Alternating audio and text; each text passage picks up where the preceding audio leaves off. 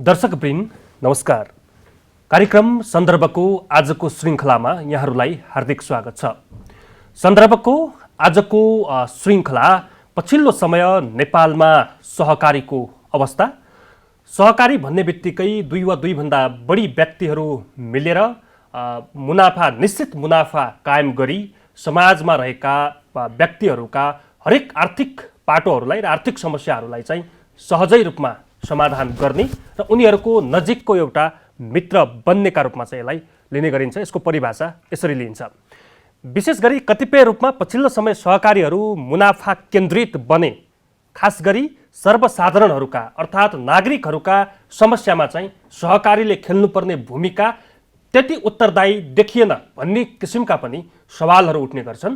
तर आज हामी यस्तो सहकारी संस्थाको विषयमा कुराकानी गर्दैछौँ जसको सुदूरपश्चिमको मात्र नभई देशको अग्रणी रूपमा छलाङ मारिरहेको नवजीवन सहकारी संस्था लिमिटेड सुदूरपश्चिमका जनताको एउटा सारथी बन्न सफल भएको छ र त्यो सहकारी स्थापना भइसके पश्चात त्यसले गरेका सामाजिक उत्तरदायित्वका कामहरू पक्कै पनि आशालाग्दा छन् र नागरिकको पक्षमा उक्त सहकारीले काम गरिरहेको छ।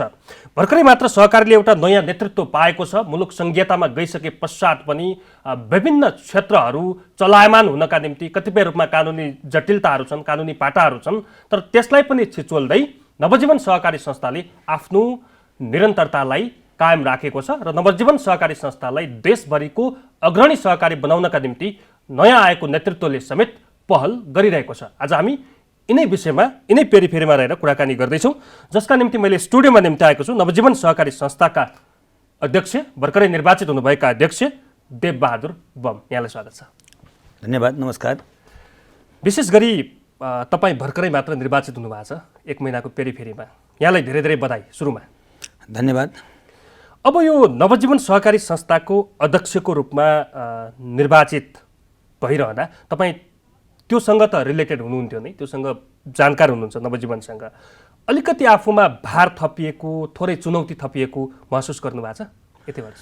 पक्कै पनि अब नवजीवन सहकारी संस्थामा त त्यसको जन्मदेखि नै म विज्ञ छु।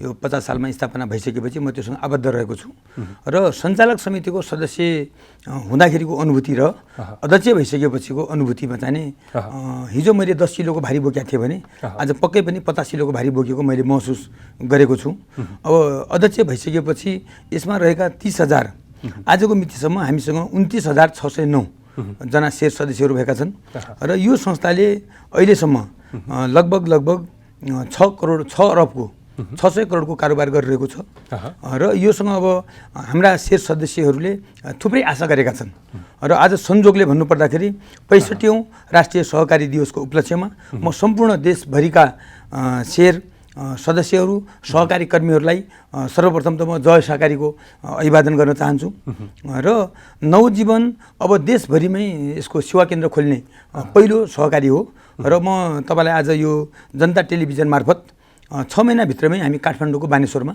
यसको सेवा केन्द्र खोल्नको लागि सहकारी विभागबाट हामीले अनुमति पाइसकेका छौँ र अहिले धनगढीमा यसको प्रधान कार्यालय रहँदै पनि हामीले 10वटा ठाउँबाट यसको सेवा केन्द्र स्थापना गरेका छौँ।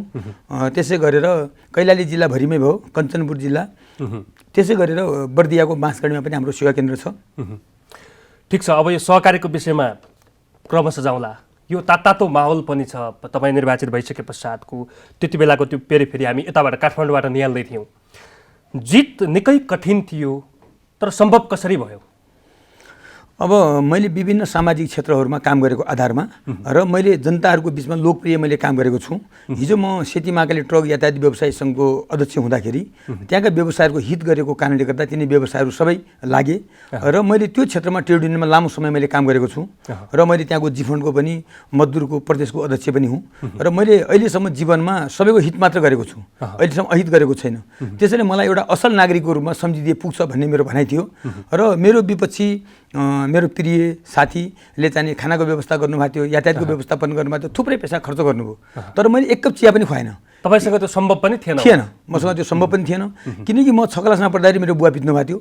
मैले अर्को घरमा बसेर मैले काम गरेर मैले शिक्षा दीक्षा हासिल गरेको थिएँ र म इमान्दारितामा म विश्वास गर्ने मान्छे हुँ। र हिजो मात्रै मैले मेरो सामाजिक सञ्जालमा मैले फेसबुकमा हालेको छु, त्यसै दिन चुनावको दिन पनि फर्किने क्रममा बस दुर्घटना भयो र 2 जना बिरामी, एकजना B&Bमा, एकजना टिचिङमा हुनुहुन्थ्यो।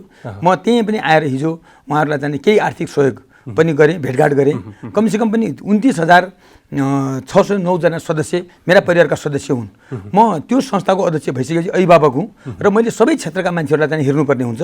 र जितको कुरा गर्नुहुन्छ भने अब उहाँ चाहिँ नि राजनीतिक पहुँचमा पनि ठुलो मान्छे, उहाँको चाहिँ पारिवारिक दृष्टिकोण प्रतिस्पर्धी रतन कठायतजी हो।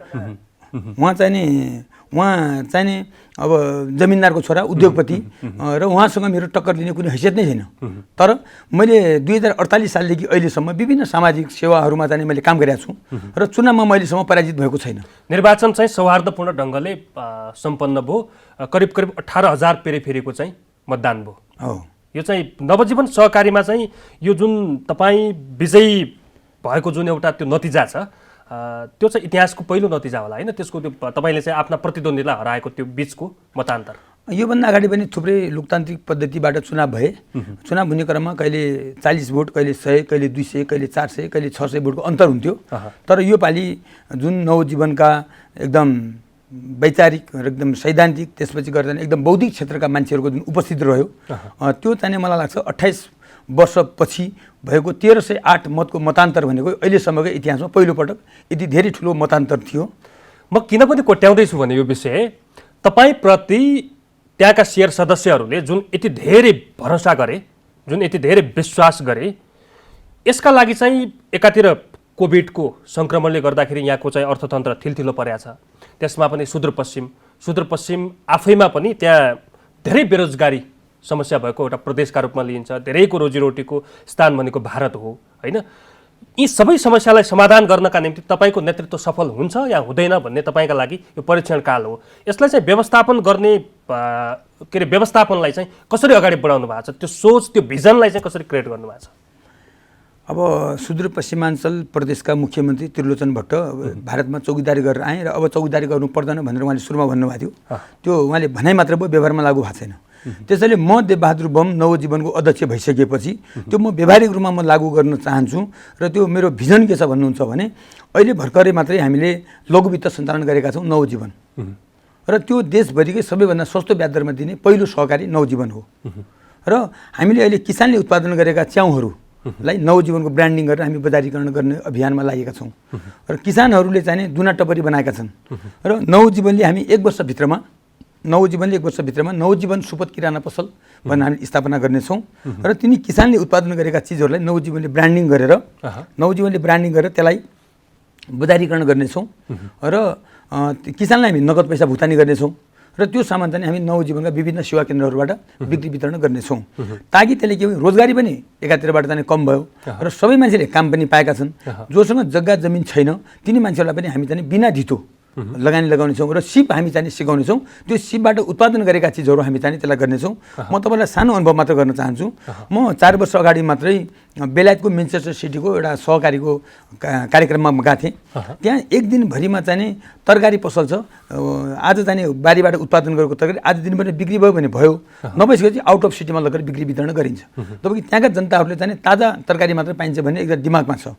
त्यसैले नवजीवन सहकारी भनेको हिजोसम्म यो ऋण तथा बचतको मात्रै कारोबार थियो र अब कमसेकम हामीलाई बहुद्देश्य रूपमा नवजीवन सहकारीले अहिले मजगाउँमा हामीले 5,000 मेट्रिक टनको गोदाम बनाएका छौँ र अब कमसेकम पनि त्यहाँ हामीले जाने खाद्यान्न वस्तुहरू ब्रान्डिङ गर्नेछौँ र त्यो खाद्यान्न बजारको रेटभन्दा हामी सस्तोमा बिक्री वितरण गर्नेछौँ र किसानहरूबाट किन्दाखेरि बजारको मूल्यभन्दा हामी 1 रुपियाँ केजी महँगो दिएर पनि हामी त्यसलाई किन्नेछौँ, ताकि नवजीवनमय बनाउने खालको हाम्रो जाने उद्देश्य हो।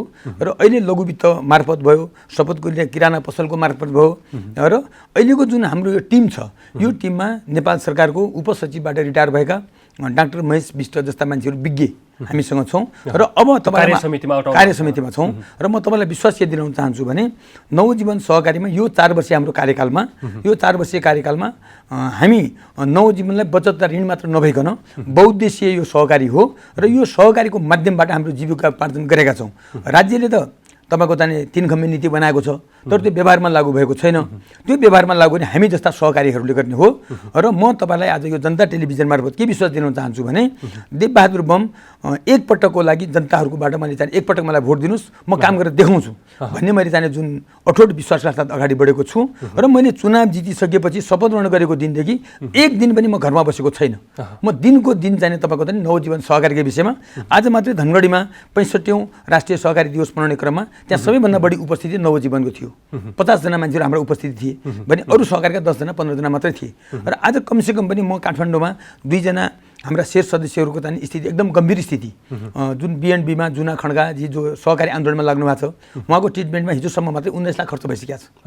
अनि अर्को चाहिँ हाम्रो अधिकारीजी बिएनबीमा के अरे टिचिङमा हुनुहुन्छ, उहाँको 9 लाख खर्च भइसकेको छ। तर अब सहकारीले त्यो दिनको लागि पनि प्रक्रिया चाहियो। त्यो सहकारीले एकजना व्यक्तिलाई मात्र त्यति ठुलो उपचार गर्न सक्दैन। त्यसैले हामीले बिमा कम्पनीबाट, त्यसै गरी चाहिँ यातायात व्यवसायबाट र हामी नवजीवनबाट र नवजीवनका चाहिँ पदाधिकारी कर्मचारी र शेर सदस्यबाट हामी आह्वान गरेर उहाँहरूको चाहिँ पैसाको कारणले कुनै पनि मान्छेको चाहिँ ज्यान जानु हुँदैन भन्ने मानसिकताका साथ हामी यसलाई चाहिँ अगाडि बढेका छौँ। र अब चुनावी दौरानमा स्वस्थ प्रतिस्पर्धा भयो। यो चुनावमा चाहिँ अब एकले जित्ने एकले हार्ने स्वाभाविक कुरा हो। र म सबैलाई मिलाएर लगेर जान्छु। यो सहकारी भनेको हाम्रो सहकारी हो, राम्रो सहकारी हो, नेपालकै नमुनाको रूपमा बनाउनको लागि म यसमा तल्लीन भएको छु। यो सहकारीको कुरा गर्दा कतिपय सहकारीहरू अहिले मुनाफा केन्द्रित बने, जनताका समस्यामा जस्तो कतिपय रूपमा चाहिँ शेर सदस्यका समस्यामा चाहिँ त्यति उत्तरदायी देखिएनन् भन्ने पनि गुनासाहरू आउँछन्। कतिपय रूपमा त सहकारी खोल्ने नाममा सहकारीको बोर्ड सैन बोर्ड झुन्ड्याउने र चाहिँ भित्र चाहिँ त्यो कारोबार के भइरहेको छ समेत शेर सदस्यले थाहा नपाउने गरेका उदाहरणहरू आउँछन्। यद्यपि नवजीवन सहकारी संस्था त्योभन्दा धेरै अगाडि र अग्रणी सहकारी संस्था हो। कोरोना कालको बीचको पिरियडले चाहिँ नवजीवनलाई कतिको असर गर्यो, त्यो सहकारीले कतिको असर गर्यो, तपाईँले चाहिँ चाहे जस्तो आफ्ना शेर सदस्यहरूलाई गर्न सक्नु भएन। यो बीचको पिरियड तपाईँ आउँदै गर्दा, तपाईँ त भर्खरै आउनु भएको छ, त्यो आउँदै गर्दा योभन्दा अगाडिको स्टेज कस्तो थियो? योभन्दा अघिल्लो कार्यकालमा पनि म नवजीवनको सञ्चालक समितिको सदस्य थिएँ। र यो बिचमा कोरोनाको कारण त सबै ठाउँमा पर्यो, तर सुदूरपश्चिम प्रदेशमा अलिक बढी नै भयो। किनकि भारतबाट आउने जाने क्रम बढी भएको हुनाले त्यसमा स्वयं म आफै पनि पीडित भएँ। म पनि 45 दिनसम्म कोरोनाको चपेटामा अब जीवन मरणको सवालमा थिएँ। र त्यो बिचमा हामीले नवजीवन सहकारीले रोटरी क्लब मार्फत 10 लाखको हामीले अक्सिजन चाहिने खरिद गरेर हामी शेर सदस्यहरूको बिचमा चाहिने पुर्याउन सफल भयौँ। र यो नवजीवनले कोरोनाको कारणमा हामीले चाहिने जुन ब्याजहरू थिए त्यो ब्याजहरूमा हामीले केही चाहिने छुट गऱ्यौँ र हर्जाना ब्याज हामीले 100% नै छुट गऱ्यौँ। र नेपालमा मलाई लाग्छ कि सायद हर्जाना ब्याज पुरै छुट गर्ने र केही ब्याजमा छुट गर्ने भनेको नवजीवन पहिलो सहकारी हो। अनि अन्य बैङ्कहरूले घर लिलाम गरे, जग्गा लिलाम गरे, थुप्रै गरे, तर हामीले एकजनाको पनि बिचमा त्यो पिरियडमा हामीले गरेनौँ। र अहिले अलिकति चाहिँ स्थिति सुधार भइसकेपछि आजको मितिमा पनि सबै बैङ्कहरूले चाहिँ लगानी बन्द गरेका छन्। तर नवजीवन सहकारीले हामीले आपद विपदमा परेका मान्छेलाई अहिलेसम्म दिएका छौँ, रोकआउट गरेका छैनौँ। र कोरोनाको कारणले गर्दा हामी जति प्रगति गर्नुपर्ने हो त्यति त गर्न सकेनौँ। तैपनि नवजीवन सहकारी अन्य वर्षको तुलनामा चाहिँ बढी नाफामा जान सकेनौँ। नाफामा पनि हामीले जानु जरुरी पनि छैन। किन छैन भने पहिला त हामीले मानवलाई बचाउने कुरा हो। हाम्रा शेर सदस्य बचेपछि नै हामी भोलिको दिन नाफामा जान्छौँ। पैसा मात्र सबै कुरा ठुलो होइन, मानवसँग जोडिएको कारणले गर्दाखेरि हामीले त्यतिखेर चाहिँ सामाजिक उत्तरदायित्व कोष अन्तर्गत हामीले थुप्रै जाने काम गऱ्यौँ। योभन्दा अघिल्लो कार्यकालमा चक्रबहादुर सिंहको नेतृत्वको कार्यकालमा पनि सफल कार्यकाल हो उहाँको। त्यतिखेर हाम्रो उपाध्यक्ष डाक्टर गोविन्दराज जोशी जसले सहकारीमै नेपालकै पहिलो पिएचडी गर्ने व्यक्ति हुनुहुन्छ, त्यो टिम पनि मिलेको थियो, राम्रो पनि गऱ्यौँ। र अहिले मेरो जिम्मेवारी आइसकेपछि, अध्यक्ष भइसकेपछि पनि हामीले अहिले विभिन्न शेर सदस्यहरू कोरोना कालले मृत्यु हुनुभएको छ। उहाँहरूलाई हामीले चाहिँ अहिले जन्मदेखि मृत्युसम्म नवजीवन छ है भन्ने गरेका छौँ। देशमा थुप्रै सहकारीहरू छन्, उहाँहरूले चाहिँ 15% 18% लामक्स मात्र दिने, अन्य कुनै पनि सामाजिक उत्तरदायित्व कोषमा काम नगरेको स्थिति छ, त्यो हामीले भेटायौँ। र त्यो कारणले नवजीवनले अहिले जन्मदेखि मृत्युसम्म बच्चा जन्मिन साथ 5-5 जना हामीले सुत्केरी भत्ता, जीवनमा एकपटक बिरामी हुँदाखेरि शेर सदस्य अनिवार्य हुनु पर्यो नवजीवनको शेर। त्यो कारणले पनि अघिल्लो 4 वर्ष अगाडि मात्र हामीसँग 16,000 सदस्य थिए भने यो 4 वर्षको बिचमा 29,000 भनेपछि लगभग 13,000 शेर सदस्य बढेका छन्। र मलाई लाग्छ यो मेरो 4 वर्षीय कार्यकालमा शेर सदस्य हितकोष मार्फत र शेर सदस्यहरूलाई चाहिँ जुन हिसाबमा हामीले समेटेर लगेका छौँ, मलाई लाग्छ कि यो 4 वर्षपछि हामी सुदूरपश्चिमाञ्चलमा मात्र नभए नेपालकै सबैभन्दा ठुलो सहकारीको रूपमा हामी स्थापित हुनेछौँ। अब यो सहकारीको विषयमा कुरा गर्दा सहकारीहरू यति बेला त गाउँ गाउँसम्म पनि सहकारी पुगेका छन्। विभिन्न बाहनामा एउटा सामूहिक रूपमा समूह बनाएर त्यहाँबाट पैसा कलेक्सन गरेर जम्मा गर्न लाएर सामूहिक रूपमा चाहिँ त्यसलाई ब्याज के अरे ऋण दिनेदेखि लिएर लगानी गर्ने कुराहरूमा सहकारीहरू अगाडि आएका छन्, उद्धत छन्। तर च्याउ उम्रे जस्तै सहकारीहरू गाउँ गाउँमा हुँदा, घर घरमा हुँदा, घर घरमा सहकारी हुँदा त्यसले ल्याएको विकृतिलाई समेत यति बेला चाहिँ कुराहरू उठ्ने गर्छ। तपाईँ एउटा सहकारीको एउटा मेम्बर, एउटा सदस्य भएको नाताले राज्यले सहकारीलाई कसरी व्यवस्थापन गर्नुपर्छ, समय सुहाउँदो परिभाषा पनि परिवर्तन गर्न पर्छ कि पर्दैन भन्नेमा चाहिँ के लाग्छ? अब सहकारीले स्थानीय रूपमा नगरपालिकाले गर्छ, त्यसपछि प्रदेश सरकारको छ र मलाई लाग्छ कि सहकारीको ऐन नियम कानुन त जे छ त्यसलाई यदि पालना गर्ने हो भने सहकारीको लागि धेरै राम्रो छ। तर त्यो सहकारीको नाममा तपाईँको चाहिँ बुवा अध्यक्ष बनेको छ, श्रीमती चाहिँ एमडी बनेका छन्, छोराछोरी कर्मचारी बनेका छन्, तिनी सहकारी काठमाडौँमा जुन सहकारीहरू डुबेका छन् त्यसको प्रत्यक्ष असर हामी जस्ता सहकारीलाई पनि पर्न गएको छ। किनकि सहकारी भनेको त सबैसँग सहकार्य गरेर जाने कुरा हो र त्यसले नाफामूलक मात्र नभइकन जीविकोसँग पनि त्यसलाई चाहिँ कसरी माथि बढाउने भन्ने विषयमा लाग्नुपर्ने हो। त्यसैले म आज बिहान मात्रै सहकारी विभागका रजिस्ट्रार साहबसँग बसेँ र त्यहाँ गर्दाखेरि उहाँले के भन्नुभयो भने सहकारीले जाने बहुउद्देश्यमा गएर जाने काम गर्ने भन्छ, तर विभिन्न जाने क्षेत्रमा जाँदाखेरि शैक्षिक क्षेत्रमा जाँदाखेरि शिक्षा मन्त्रालय त्यसलाई रोकिदिने, गुठीमा जानुपर्ने कुरा छ। हामी एउटा अस्पताल बनाउँछौँ भनेपछि स्वास्थ्य मन्त्रालय रोकिदिने कुराहरू छन्। हामी एउटा खाद्यान्नमा जान्छौँ भनेपछि गुण नापतौलले जाने त्यसलाई रोकिदिने कुराहरू छन्। त्यो कारणले गर्दाखेरि सहकारीले जुन हिसाबमा काम गर्न खोजेको छ, सहकारी ऐन राम्रो छ, तर त्यसलाई अन्य निकायहरूसँग जो जोडिएको विषय छ त्यसले चाहिँ गाँठो पारिदिने खालको चाहिँ काम गरेको छ र त्यो कारणले गर्दा सहकारीको ऐन नियम कानुनले गर्दाखेरि चाहिँ हामी जस्ता सहकारीलाई काम गर्न अलिकति गाह्रो भएको छ। त्यसैले नवजीवन सहकारीलाई म धन्यवाद किन दिन चाहन्छु भने जो यसका अग्रजहरू छन्, अग्रजहरूले त्यतिखेर विधानमा के बनाइदिनु भएको छ भने सञ्चालक समितिमा हुने मान्छेहरूले त्यहाँबाट लोन लिन नपाउने, एका घरको मान्छेहरू दुईवटा चाहिँ भन्दा बढी बस्न नपाउने भएको कारणले गर्दाखेरि लोकतान्त्रिक विधिबाट नेपालकै पहिलो सहकारी नवजीवन चाहिँ स्थापित जुन हुन पाएको छ। यिनी कानुन भन्दा पनि हामीले कानुनको हिसाबमा कानुनका अक्षर हामीले पालना गरेका कारणले गर्दाखेरि यो सहकारीलाई अहिलेसम्म अन्य सहकारीको जस्तो तुलना हामीसँग छैन, हामीले बुझाउन नसक्नु त्यो हाम्रो कमजोरी हो। त्यसैले गर्दाखेरि यो सहकारी नवजीवन 50 सालदेखि स्थापना हुँदाखेरि नै यसका अग्रज महेश्वर पाठक जसले शेष सदस्य नम्बर 1 जसले उहाँले स्थापना गर्नुभयो, नन्दलाल जोशी, दीपक प्रसाद देवकोटा, खेमराज पाण्डे जस्ता अग्रजहरूले जो यसलाई जन्माउनु भएको छ, उहाँहरूले दूरदर्शी हिसाबमा भोलि हुने विकृतिहरूलाई चाहिँ मध्यनजर गर्दै जुन विधान बनाउनु भएको छ त्यो विधानको हिसाबमा अहिलेसम्म नवजीवन त्यस्तो खालको विकृति आएको छैन। अलिकति यो नवजीवन सहकारीको नेतृत्वको कुरा गरौँ। तपाईँहरू भर्खरै आउनु भएको छ, मैले कता कता सामाजिक सञ्जालमा भेटाएको थिएँ यो सहकारी संस्था कैलालीको पनि विभिन्न ठाउँहरूमा, नवजीवन सहकारी टिकापुरमा, धनगढीमा, होइन बर्दियामा भन्नुभयो यहाँले, लगायतका ठाउँहरूमा छ। तर नेतृत्व लिँदाखेरि धनगढी पेरिफेरीका व्यक्तिहरूले मात्रै नवजीवनको नेतृत्व लिन्छन्, त्यहीँ बस्ने मान्छेहरू मात्र नेतृत्वमा आउँछन् भनेर टिकापुरमा बस्ने व्यक्तिहरू, होइन त्यसका शेयर सदस्यहरू लगायतका अन्य ठाउँमा बस्ने शेयर सदस्यहरूले गुनासो गर्नुभएको थियो। यो गुनासोलाई कसरी सम्बोधन गर्नुहुन्छ आज अध्यक्षको हैसियतले? अब धनगढी नगरपालिका धनगढी उपमहानगरपालिकाभित्र मात्रै 16,000 मान्छे यसका शेयर सदस्य छन्, टिकापुरमा 4,000 मात्रै छन्, बाँके बर्दियामा 1,800 मात्रै छन्। त्यसैले चाहिँ अब बाँके बर्दियाबाट हामीले योपालि सरस्वती राणालाई लेखा समितिमा सदस्यमा उठाएका थियौँ, तर उहाँको 6,000 भोट त आयो, तर उहाँले चाहिँ हार्नुभयो, पराजित हुनुभयो। किन भनेपछि धनगढीमै बढी चाहिँ यसका शेयर सदस्यहरू भोटर भएको कारणले गर्दाखेरि त्यो स्वाभाविक पनि हो। र 4 वर्ष अगाडि हामीले कृष्ण चौधरी टिकापुरबाट उम्मेदवार बनाएका थियौँ र उहाँलाई हामीले धनगढीमा व्यापक प्रचार गरेका कारणले त्यतिखेर उहाँ चाहिँ जित्नुभयो, तर अहिले उहाँ चाहिँ के भयो कि पराजित हुनुभयो। त्यसैले हामी चुनाव लड्दाखेरि चाहिँ जतिसुकै भाषण गरे पनि, जतिसुकै मिठा कुरा गरे पनि व्यावहारिक रूपमा हामी जबसम्म लागू गर्न सक्दैनौँ तबसम्म त्यो सम्भव छैन। र अब आज मात्रै मैले सहकारी विभागसँग एउटा छलफल गरेको छु।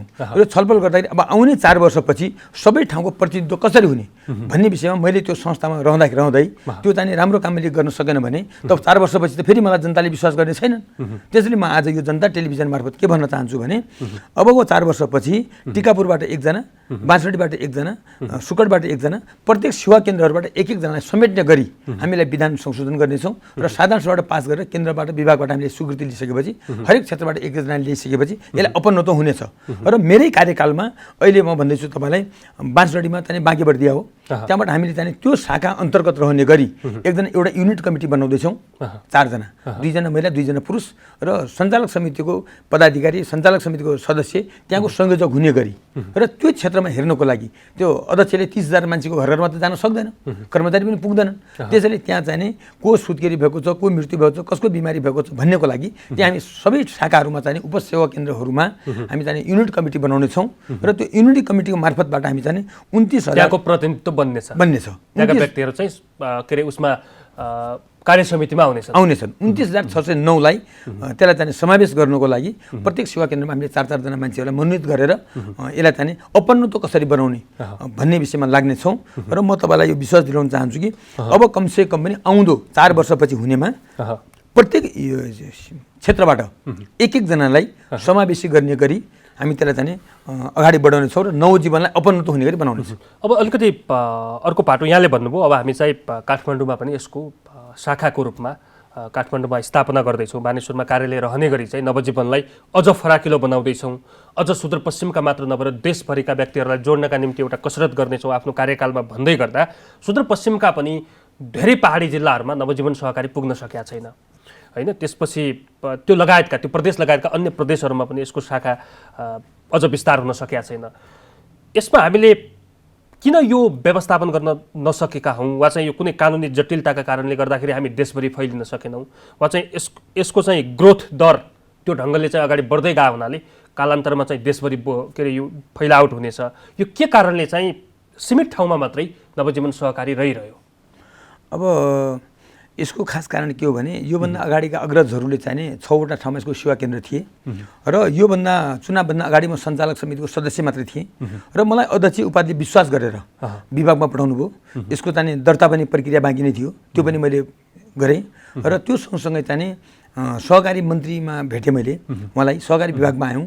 आइसकेपछि उहाँहरूले चाहिँ हामीले यो साधारण सभाबाट पास गऱ्यौँ र विभागले हामीलाई 6वटा अनुमति पत्र दियो सेवा केन्द्र खोल्ने। त्यो 6वटा सेवा केन्द्र खोल्ने अनुमति दिइसकेपछि हामीले धनगढीमा रहेको राजपुरमा, त्यसै गरेर चौमालामा, त्यसै गरेर कञ्चनपुर जिल्लाको आइबेडीमा, हसुलियामा 4 ठाउँमा हामीले यसका सेवा केन्द्र खोल्यौँ र काठमाडौँको बानेश्वर र पहाडी जिल्लामा डडेलधुरामा पर्यटकीय क्षेत्र र धार्मिक क्षेत्र पनि भएको कारणले गर्दाखेरि डडेलधुरामा चाहिँ उर्वर भूमि पनि भएको कारणले हामी डडेलधुरामा यसको चाहिँ आउँदो वर्षमा हामी खोल्दैछौँ। र काठमाडौँमा खोल्नुको प्रमुख कारण के हो भने सुदूरपश्चिमका जति पनि बासिन्दाहरू हुनुहुन्छ सबैका चाहिँ छोराछोरी काठमाडौँमा पढ्ने, त्यसै गरी व्यापार उद्योगमा पनि यहाँ आउने, बिमारीमा पनि यहाँ आउने, विदेशमा पनि यहाँ जानुपर्ने भाव हुँदाले काठमाडौँलाई पनि जोड्नुपर्छ भन्ने हिसाबमा चाहिँ हामीले यहाँ तत्काल चाहिँ अब यसको दसैँ तिहारसम्म खोल्ने प्रक्रियामा छौँ। त्यसपछि हामी डडेलधुरामा खोल्छौँ। त्यसपछि हामी आउने साधारण सभाबाट थप 12वटा सेवा केन्द्रको लागि फेरि हामी विभागबाट स्वीकृति लिएर त्यसपछि हामी पहाडी जिल्लाहरू सुदूरपश्चिमाञ्चलका सबै जिल्लाहरूमा नवजीवनमय बनाउने छौँ र कमसेकम पनि यो नवजीवन यो टिम आइसकेपछि हाम्रो नवजीवन राम्रो नवजीवन सबैको नवजीवन भन्ने खालको बनाउँछौँ। यो 4 वर्षीय कार्यकालमा हामीलाई चाहिँ एकदम कडा चुनौती पनि छ, अवसर पनि छ। यो 4 वर्षमा हामीले राम्रो काम गऱ्यौँ भने मलाई लाग्छ कि अब त्योभन्दा 4 वर्षपछि हुने चुनावमा यति रस्सारस्सी यति गर्मागर्मी गर्नु पर्दैन, किनकि काम गर्ने मान्छेको खाँचो छ। काम गर्ने मान्छे आइसकेपछि यो संस्थालाई कमसेकम पुनः फेरि दोहोऱ्याउनुपर्छ भन्ने खालको शेर सजिको मनमा चाहिँ बस्छ, किनकि यो काम गर्यो अर्को पटक पनि यही टिम चाहिँ चाहिन्छ, काम गर्न सक्षम छ, चाहिन्छ भन्ने किसिमको चाहिँ त्यो बसाउन खोजिरहनु भएको छ। किनकि भारतको चाहिँ केजरीवालले चाहिँ दिल्लीको मुख्यमन्त्रीले चाहिँ तपाईँको सुरुमा चाहिँ पुनः भयो, अहिले उहाँले चाहिँ बिजुली बत्ती सारा फ्री गरेका छन्। त्यसले यो नवजीवनले चाहिँ बचत ऋण मात्रै काम नगर्ने गर्न यसले खालि 15% 18% लामास मात्र नदिने गरी यो जीवनसँग जोडिएको छ। जन्मदेखि मृत्युसम्म नवजीवन जोडिएको छ। अब हामी यसको लागि चाहिँ सुदूरपश्चिमाञ्चलमा 2टा अस्पतालसँग हामी सम्झौता गर्दैछौँ। कमसेकम नवजीवनको परिचय पत्र लगेर त्यहाँ जान साथ 25% छुट पाओस् अनि सामान किन्दाखेरि त्यहाँ छुट पाओस् र नवजीवनका शीर्षकले 4 वर्ष कहिले आउला र 4 वर्षमा भोट हाल्दाखेरि मात्रै परिचय पत्र प्रयोग गरौँला भन्ने नभइकन 365 दिन नै त्यो परिचय पत्र पकेट बाँध्ने वातावरण चाहिँ यो कार्य समितिले गर्दैछ। एकैपटक चाहिँ सेयर सदस्य बन्दाखेरि 5,000 तिर्न पर्ने जुन तपाईँहरूको विधानको प्रावधान छ त्यसमा अलिकति आर्थिक स्थिति कमजोर भएको विपन्न परिवारको व्यक्ति, गरिब व्यक्ति एकैपटक 5,000 तिर्न नसक्ने हैसियत पनि हुनसक्छ, त्यो अवस्था आउन सक्छ। यसका निम्ति त्यो अन्य प्रावधान छ यद्यपि 5,000 तिरेर मात्रै सेयर सदस्य बन्न मिल्छ, के छ यसमा? होइन, नवजीवन सहकारी यस्तो सहकारी हो कि त्यसको एकदम कडाउ नियम छैन। हामीले त्यस्तो विभिन्न वर्गको लागि हामीले लघु वित्त गरेका छौँ। उहाँलाई चाहिँ हामीले महिनामा 100 रुपियाँ मात्रै लिइरहेको छौँ। शेयर सदस्यको लागि 100 बराबरको 1 किता हो। त्यसले एक शैलीसहित 10 किता पुगिसकेपछि हामी उहाँलाई प्रमाणपत्र दिन्छौँ, भोटिङ राइट दिन्छौँ र 1000 पनि उहाँले चाहिँ सेवा सुविधा पाउनुहुन्छ। त्यो 5000 भनेको त आम पब्लिकको लागि चाहिँ अब 1000 लिँदाखेरि धेरै सङ्ख्या बढ्ने हुन्छ भन्नको लागि मात्रै हो। व्यावहारिक रूपमा कानुनी रूपमा चाहिँ हामी चाहिँ 100 बराबरको 1 शेयर 10 किता भयो भने हामी उहाँलाई प्रमाणपत्र र मतदाता परिचय पत्र दिन्छौँ। 10 किता भनेको 1000 रुपियाँ। 1000 रुपियाँमा दिन्छौँ। 1000 रुपियाँ बराबर चाहिँ उसले चाहिँ प्रमाणपत्र प्लस चाहिँ त्यहाँको चाहिँ भोटिङ राइट स्थापित भयो र जन्मदेखि मृत्युसम्मका जुन सुविधाहरू छन् त्यो सुविधा उहाँले पाउनुहुन्छ। जस्तो अब त्यहाँको शेयर सदस्य बनिसकेपछि एउटा शेयर सदस्यले एउटा व्यक्तिले चाहिँ कुनै पनि ठाउँमा लगानी गरिसकेपछि अलिक थोरै लगानी किन्न होस् अपनत्व को चाहिँ भान गर्छ र नवजीवन सहकारीमा कुनै एउटा नयाँ व्यक्ति चाहिँ इन्ट्री गर्ने किन भन्ने एउटा के अरे उसको मनमा उत्सुकता होला। अर्को कुरा चाहिँ तपाईँले भन्नुभयो बानेश्वरमा सुदूरपश्चिमका काठमाडौँमा सुदूरपश्चिमका धेरै विद्यार्थीहरू चाहिँ यहाँ पढ्छन्, धेरै व्यक्तिहरू कामका सिलसिलामा राजधानीमै आउँछन्, यहीँ आउँछन्।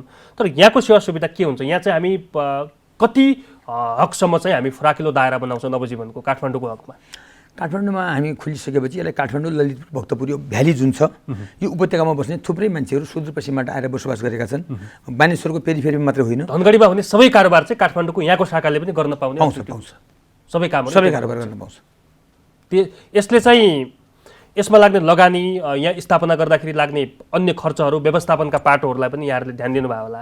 त्यो कतिको कस्टिङ छ यो चाहिँ खर्च? सुरुमा त हामी 2 वर्षसम्म यसमा लसमै जान्छौँ। हामीले सुरुमै नाफा जान्छौँ भन्ने खालको होइन कि हामी नाफारहित नै हुन्छौँ 2 वर्षसम्म चाहिने भन्ने खालको हामीले त्यो गरेका छौँ। किनभने सुरुमै हामीले कर्मचारी राख्नै पर्छ, घरबाट लिनै पर्छ। यहाँ हामी सबैसँग साधन स्रोत छैन। यहाँ सुरुमा हामी लगानी पनि लगाउन सक्दैनौँ, पैसा पनि कलेक्सन गर्न सक्दैनौँ। त्यसैले हामीलाई काठमाडौँको हकमा जस्तै हामीले राजपुरमा चाहिँ 1 वर्ष मात्रै लसमा गयो, दोस्रो वर्ष नाफामा गएको छ। त्यसैले हामीले उहाँ कमाएको पैसा पनि यहाँ लगानी लगाएर सुविधा दिनु पर्यो। कमसे हाम्रा शेयर सदस्यहरूलाई नाफा मात्रै गर्ने भन्ने खालको भएन कि नाफारहित पनि हुनु पर्यो भन्ने उद्देश्यले सेवामूलक हो नि यो त सहकारी भने त। त्यसै हाम्रा मान्छेले सेवा पाउनु पर्यो। 29,609 जना धनगढीमा बस्ने जुन छन् उहाँहरूका छोराछोरी यहाँ पढ्छन्। त्यसपछि उहाँ चाहिँ जग्गा किन्नु होला, यहाँ व्यापार गर्नु होला। भोलिको दिन त हामीले कमसेकम काठमाडौँमा पनि हामीले जोड्न सकेनौँ भनेपछि त्यो खालि सीमित हुँदाखेरि त्यो सङ्कुचित भावना हो। यहाँ खोल्नु भने हामीले ठुलो हृदय गर्नु पर्यो। हामी देशभरिका नागरिकहरूलाई सेवा सुविधा दिनको लागि नवजीवन हिजो एकजना बालकको चाहिँ खुट्टा भाँचेर चाहिँ उहाँलाई चाहिँ एउटा 14-15 जना मान्छेले चाहिँ औषधि उपचार चन्दा उठाएर जुन गर्नुभएको छ। आज हामी कमसेकम 30,000 मान्छेको बिचमा त पुगेका छौँ। भोलि 1 लाख मान्छेको बिचमा किन नपुग्ने भन्ने खालको हिसाबमा यो चाहिँ नाफामै जान्छ भन्ने हिसाबमा मात्रै हामीले खोल्न खोजिहाल्यौँ कि यो सेवामूलक होस्, यहाँका चाहिँ जनताहरूले सेवा पाउन् भन्ने हिसाबमा चाहिँ गरेका हौँ।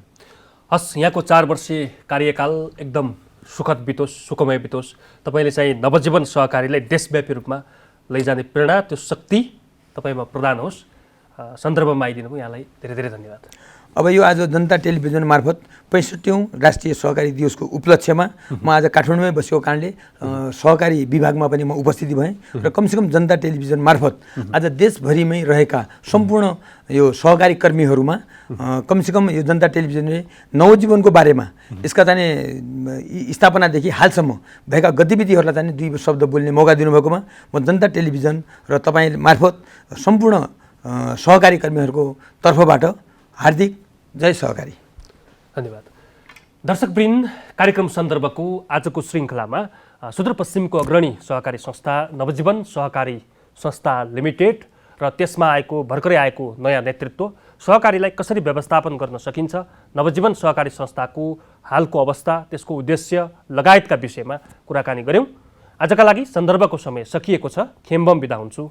नमस्कार।